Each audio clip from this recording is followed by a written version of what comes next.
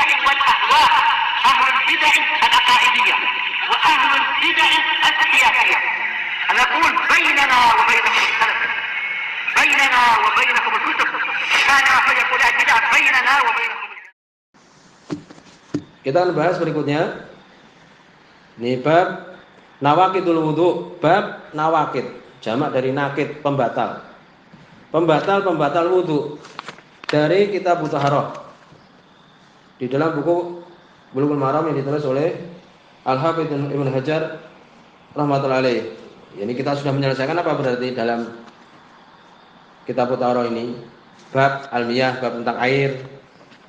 Kemudian yang kedua, babul aniyah, ini bab tempat-tempat air, dibahas oleh beliau. Kemudian juga bab izalah an-najasah, membuang, menghilangkan najis, ini bab yang ketiga. Sudah kita selesaikan. Kemudian juga berikutnya sudah kita selesaikan babul wudu, bab tentang tata cara wudu. Kemudian kita selesaikan juga babul mas'al kufain, bab mengusap di atas sepatu. Berikutnya sekarang bab nawaqidul wudu, bab pembatal wudu, pembatal wudu. An-nawaqid itu jamu naqid, wa naqad fil ajzam. Disebutkan di sini ibtal, ini membatalkan sesuatu.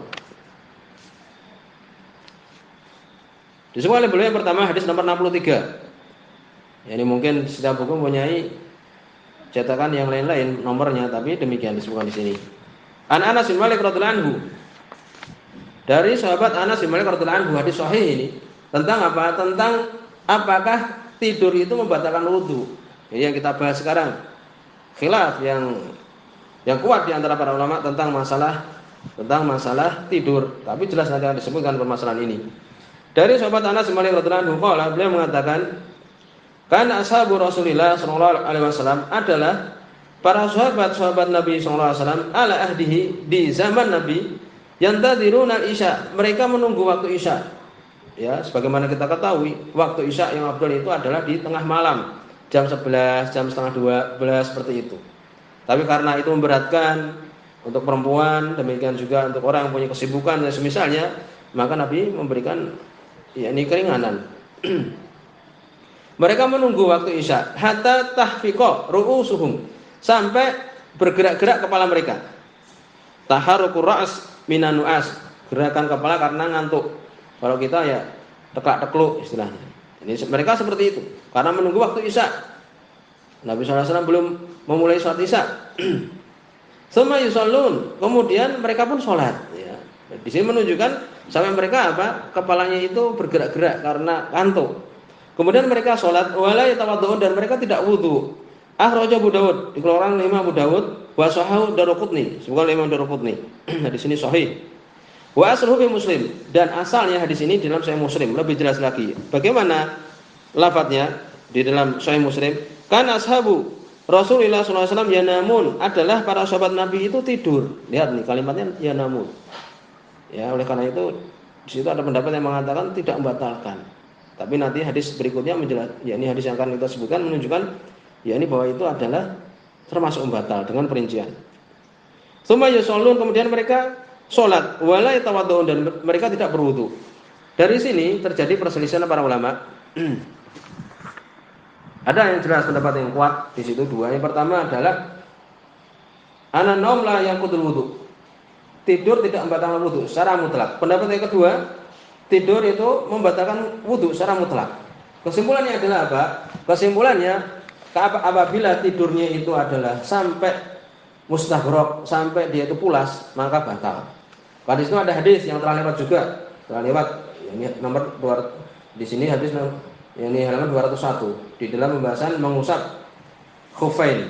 Ya, di situ di halaman 201 disebutkan telah lewat hadisnya yang menunjukkan bahwa tidur itu membatalkan wudu. Hadis nomor 57 di sini. Hadis Sofwan bin Asal, bahwa ini memakai kedua sepatu itu apabila junub wajib melepasnya. Ya, akan tetapi kalau buang air besar min ghaidin atau baul atau kencing, wa naumin atau tidur, maka itu tidak perlu untuk melepas kedua sepatu. Jelas di sini sahih. Ya, di sini hasan. Lalu bagaimana? Ya demikian kita mendudukkan. Kalau tidurnya itu tidur yang sudah lelap, pulas, maka batal. Tetapi kalau kemudian mengantuk, maka tidak batal.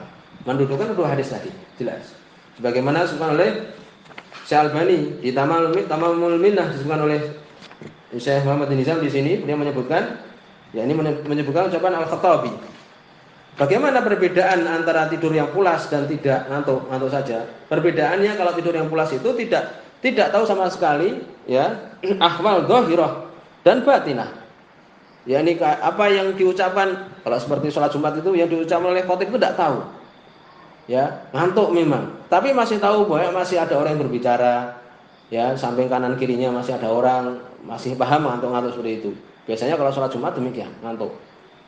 Ya, tetapi kalau kemudian sudah sampai pulas, sampai gelibak umpamanya ke belakang atau ke depan atau ke samping, ya sudah itu batal wudunya.